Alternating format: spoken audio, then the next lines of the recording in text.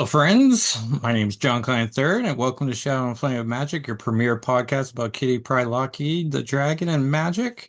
I'm going to deep dive into Exiles Volume 144, and then we're going to review Avengers Volume 934, or issue 800 if you're nasty, Uncanny X-Men Volume 822, Luna Snow World Tour, Side Dimensional Rivals, and Battleworld 5. So let's get into it.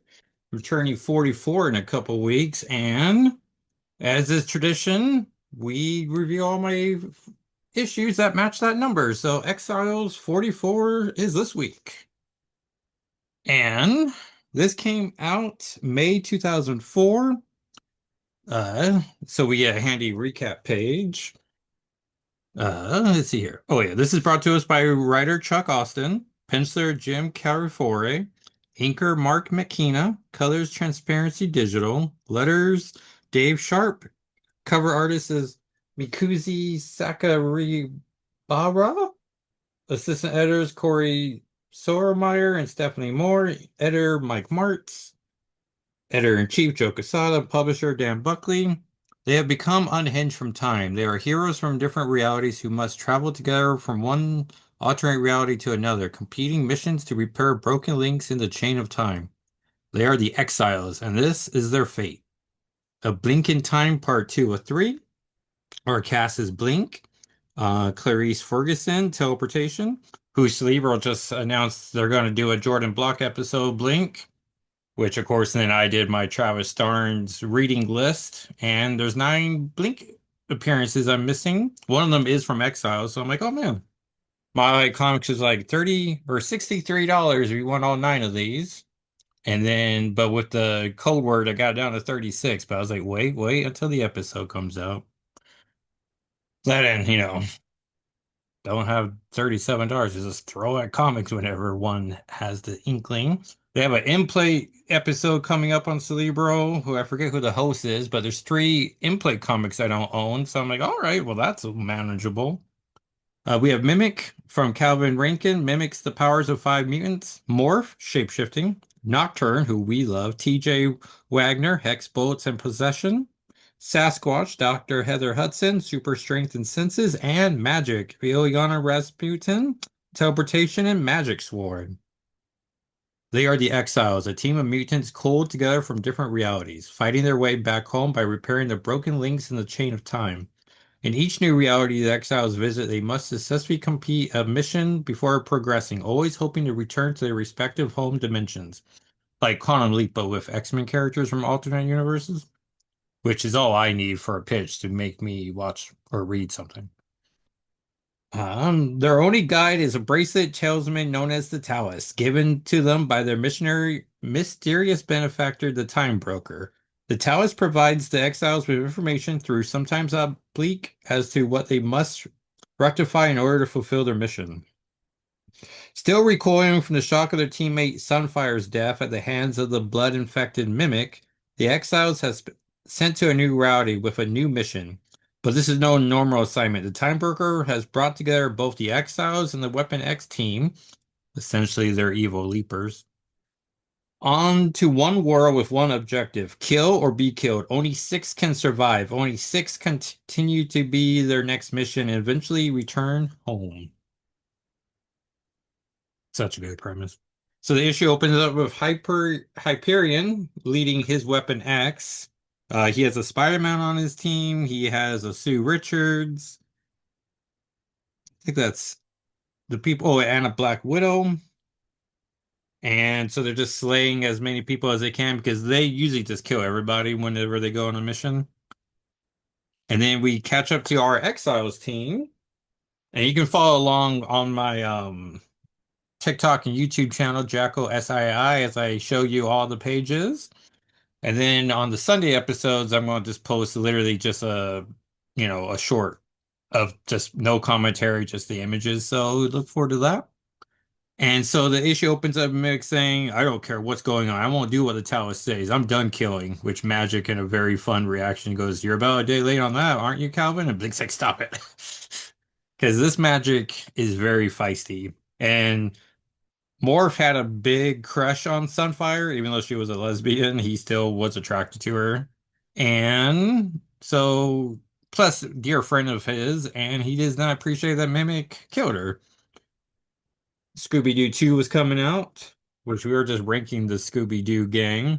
I went Velma, Daphne, Scooby, Shaggy Fred. And I think that's close, right? That's a mixture of a top five. Give you a moment to think about your top five, right? No.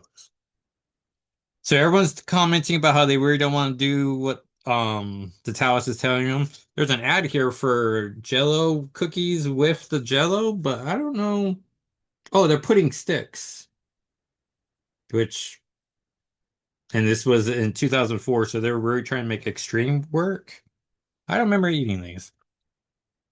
Meanwhile, oh yeah, then we get our panel, the team contemplating what they got to do next.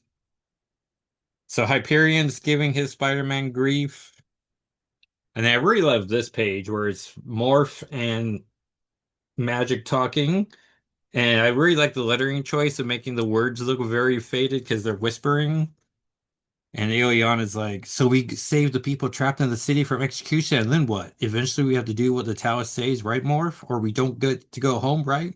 And this Aeoliana just wants to go home. Like, we don't really know what her home planet's like, but she does not want to be on this team.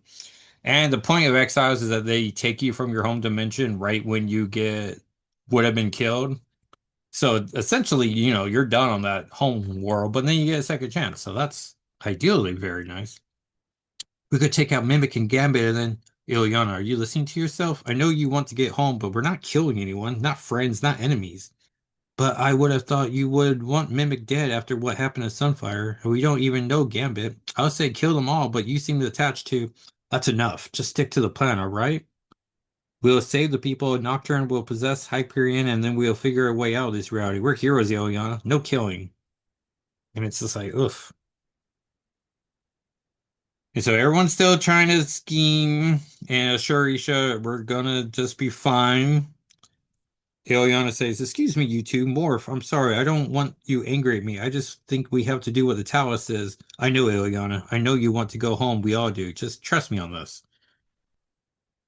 And then we get this cool, we see what this magic's teleportation stepping disc is like. It's very purple compared to the 616 yellow stepping disc. I like a purple haze with purple or with like a pink outer layer. Hey, what's her limbo like? Because I mean, I know limbo is supposed to be one of those universal constants where all limbos are the same. Which I was reading some review of a comic where like their negative zone works like that too, but then you get to the ultimate universe and it's like, well, clearly their limbo is different. So like, what happens there?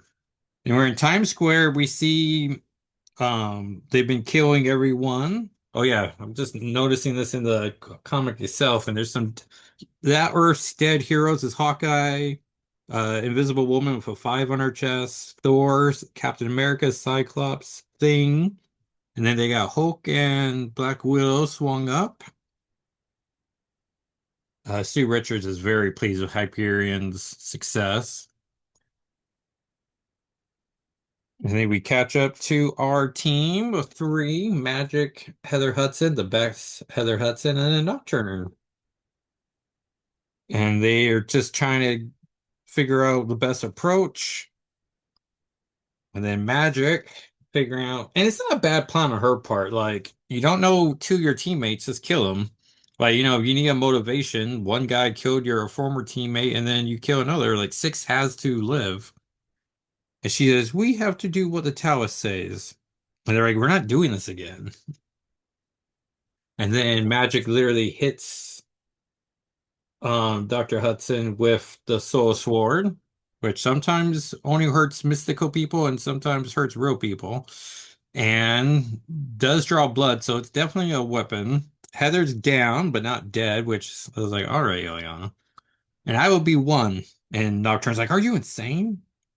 I'm not insane, TJ. I'm more attuned to the reality of the situation than any of you. This is life and death, and I'm going to live. So she teleports away. She talks to Hyperion. Finally, an exile is presumed. Come to save the meaningless people. Where are the rest of you cowards? What is the Time Broker's master plan? I'm not here to fight you, Hyperion. And the exiles are like, what's she doing? She's messing up the plan. And what makes you think I need you? Because I know what the mission is. The Talus says that in order to move on to the next reality, there can only be six of us left. Weapon X or exiles makes no difference. We move on to when the others are dead. I'm tired of these games. And he just literally like chokeholds her. Gambit played games with me and I crippled him for it. Well, why should I do less with you? Because I know where he is. I know where they all are. If we kill him, we can go home. Oh man, there's a replica for Days of Future Past. I did not. I still haven't Googled how much that thing costs. I imagine by now it must be very expensive. Home? You think the time broker would send you home? My dear girl, you are deluded or simply mad. He promised me. He promised me we would go home if we just did what he said, what he said. I want to go home. And so he's still like, tightening his grip on her. Please, I just want to go home. If the time broker is really waiting for us to kill each other, then he won't replace the dead and send anyone else in to kill me. Is that right? Yes, that's what I've been trying to tell you. Then let's test your little theory out, shall we? And then she gives a little irk, where it's like, oh, here we go now. And then we get these sad two-page panels. Like, ugh, I hate that. And Morph's upset. He goes charging in. Mimic tries to slow him down. Hyperion, just being the worst, just drops her dead body and starts attacking everyone. The issue ends with the Exiles going to attack. So that's where we end it. And I believe I own issue 645 because I'm pretty sure we see her dead body on there, or at least they talk about her. So, oh, and I bought this from Mile High Comics. I could tell just because of the v very good motion. But I don't know. I read it. I did not see any marks on it that implied it was not a very good comic, but I don't know, or a higher grade. So that was Exiles 144. So let's get to current comics. Spoilers for all these. Avengers Volume 934 or 800, which you think they would just turn it into 800, right, and continue the legacy numbering, but here we are. I'm glad Jed MacKay doesn't write the X-Men this way, but then again, his Age of Revelation was a pretty epic story told over multiple pages and issues. This issue's the Avengers talking at Kang, and he's up to one of his classic Kang attacks. I think I was looking for Storm and any X-Men appearing. Storm gets a cool "What's the meaning of anything" Kang with her hands on her hips, which is a cool panel. Kang, you are so lucky she isn't stabbing you with any of her knives. Scarlet Witch brings up friendships. We see Juggernaut and Quentin Quire playing baseball, and Jerk Me immediately goes like, "These two are the who you show off for the X-Men." But right before below that panel, we see Magic talking to Foul Cap and the rest of the X-Men and the Avengers. I want to know more about what those two are talking about. Does Magic keep bringing up his boy-girl thing that he said to her in Civil War II, issue 6, I want to say? Then she teleported him to Hollywood and out of the fight. I bet she brings it up all the time. It's like their one thing they have in common. Avengers appear to defeat Kang, but then he asks which of them will survive the death of this universe, so we're still rocking Kang stories for the next two issues. And as far as I know, this has been like the bulk of Jed MacKay's Volume 9 of Avengers. For this big anniversary issue, Brian Michael Bendis and Mark Bagley, one of my all-time favorite creative teams, came back to for a fun little backup story. We get the big three, Captain America, Iron Man, and Thor chatting it up, fighting Viper, who I like ever since she married Logan that one time. My one problematic fave. Hulk shows up, Captain Marvel shows up, Beast having a big start to the year, Scarlet Witch and Wasp. We get just the best final page ever, as it's the big Avengers anniversary in universe, and everyone shows up, including Kitty Pryde, who's asking Logan, Logan, is this an X-Men thing or an Avengers thing? She's the best. And we get our first Kitty Pryde 2026. They showed a cover of X-Men Unlimited 2, and Kitty's part on the cover for the main cover at least. So I'm pretty sure on the list of characters, I mean, they would have made me feel a lot better just making Kitty Pryde one of the 8 names they mentioned. And in my imagination, it feels like they listed 20 people, but Dr. Eve Ewing is writing it, and so yeah, Kitty's definitely part of the team. They're going back in time with Captain America, which I'm like, oh, are they going to World War II times? Because Destiny always likes to find Kitty and warn her about doing too much to change history. Uh, the X-Men I see in this final panel is Sunfire, Sunspot, Namor, Cannonball, Logan, Kitty, not an Avenger, not yet at least. Quicksilver. The People's Princess Crystal's there, Tigra 2, Moon Knight, She-Hulk, Monica Rambeau. It's a fun little story. And then we have Uncanny X-Men Volume 822.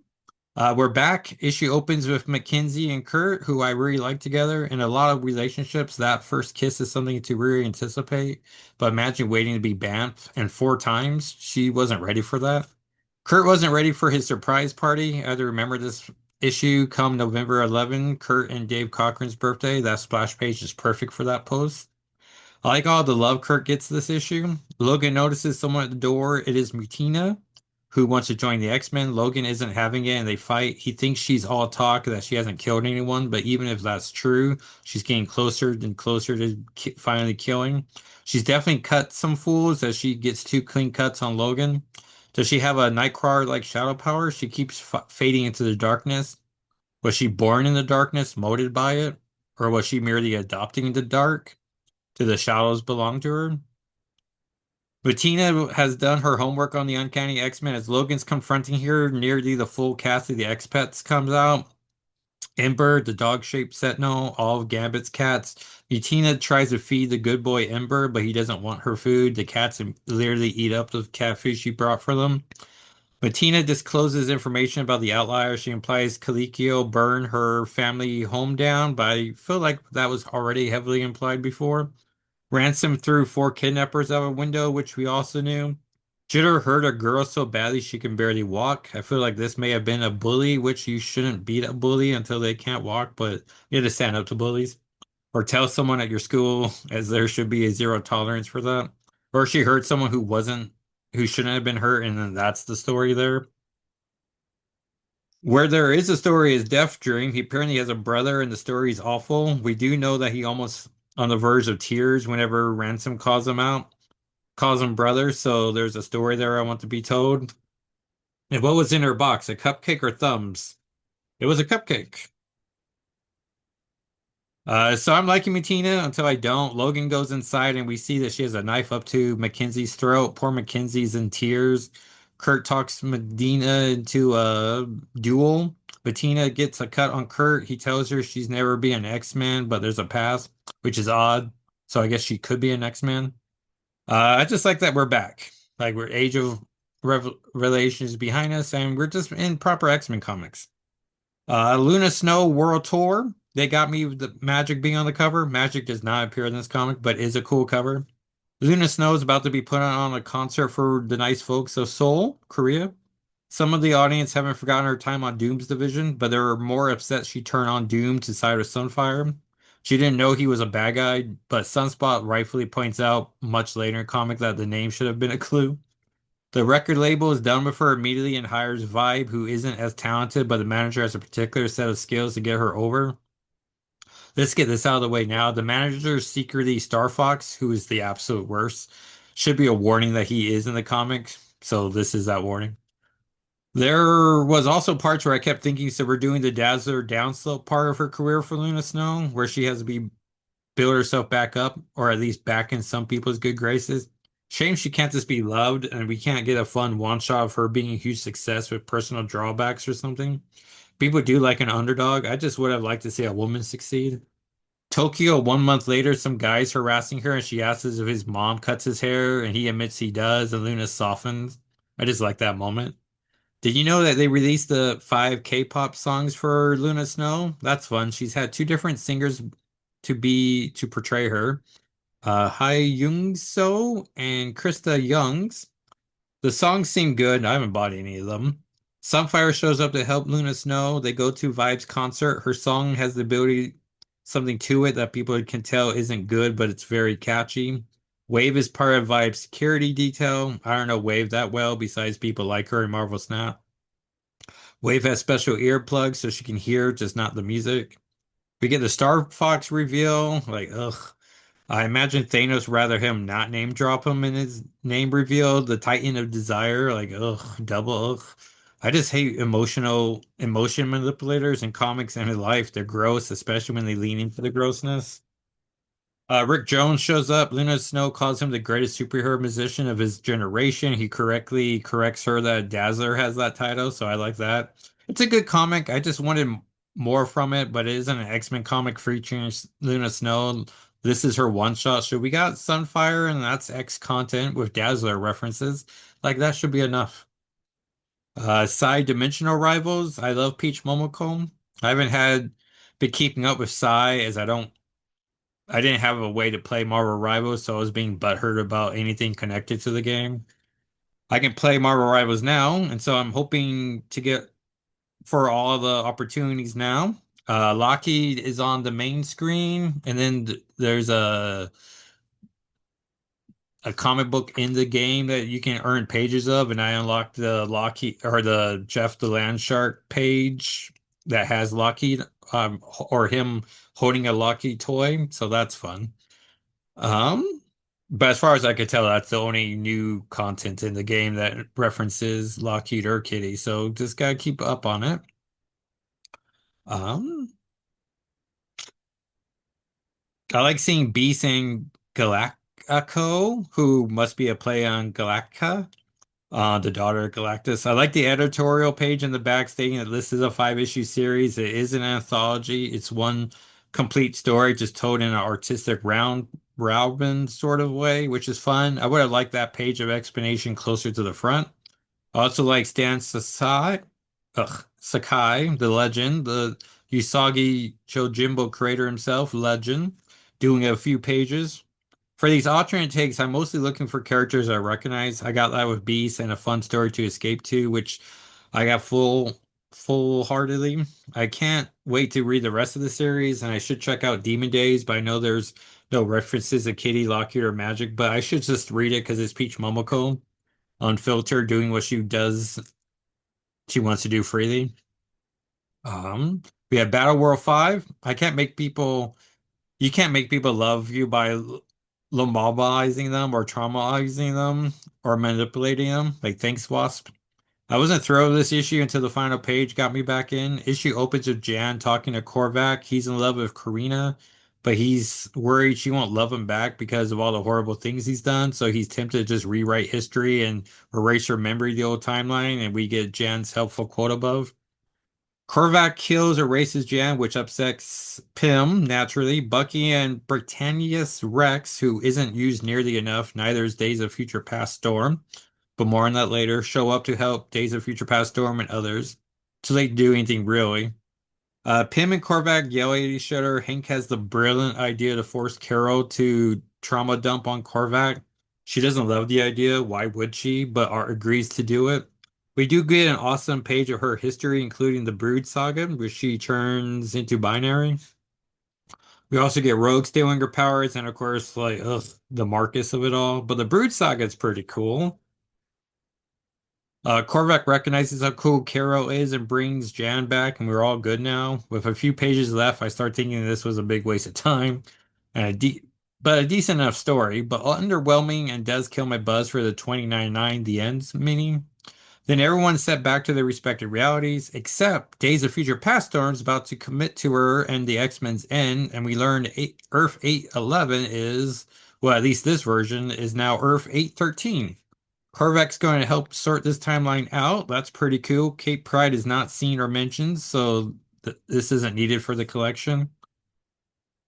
We do get a fun The End caption. I definitely buy a Days of Future Past miniseries. I'm a sucker for those. Cape Pride has to be in that one, right? I did look it up. Earth 812 was established by legends Jonathan Hickman and Teenie Howard in Exodus Ward's Destruction. As one of the Earths Liz Braddock is from. She's in a giant page, group shot of other Captain Britons or Captains Britain, but we learn on a text page that she's from Earth 812, so that's why this is Earth 813. Potential future stories does make this mini fun, but also I'm okay that we don't get a sequel series. This one will just get summarized in a caption box or a dialogue exchange. And then some quick reviews. Dungeons of Doom 1. I flipped through it hoping to see a character I like. There was Red Hulk, who I barely like, and some goons and a giant bat. I think I'm done with post One War Under Doom and pre-Armageddon minis until I'm told I specifically need to care about an event. Logan, Black, White, and Blood 1. I'm not a solo Logan guy. I see this miniseries promoted, and I think to myself, if one of my favorite X-Men show up in this, I'll let time tell. None do. This is your classic Logan, slicing and dicing goons, blood everywhere. There's never going to be my thing. Him naked in the woods, sure, that'll get my attention. Dead wolves everywhere, deader goons everywhere else. Like, that's where you lose me. Then Ultimates 20, Ultimate Nick Fury, the white one, is up to some nonsense. I see Quentin Quire is one of his prisoners. I saw Namor being taken prisoner by a Tuma. Vision's confronting Fury, and Wasp breaks out the coolest set of characters ever. Dupe, Howard the Duck, Squirrel Girl, and Gatecrasher. Technics Gatecrasher. I wasn't even going to mention this comic, but this comic has Ultimate Gatecrasher. The Orb from the original Sin, Hitmonkey from Hitmonkey, Forbush Man. Um, yeah, like pretty cool page. Next week's episode, we'll be covering X-Men Volume 724 because it's double shipping. Rogue One, Inglorious X-Force 1, New Avengers 8, Spider-Man Wolverine 9, X-Men of Apocalypse 2, Hulk Smash Everything 2, and Psylocke Ninja 1. Oh yeah, I did not go on Blue Sky to promote my best X books of 2026, but we have a top 10 now. Avengers Volume 9, 34. I mean it has Kitty Pryde in it, so yeah. Wolverine V8 14, Uncanny X-Men V6 22, Ultimate X-Men 23.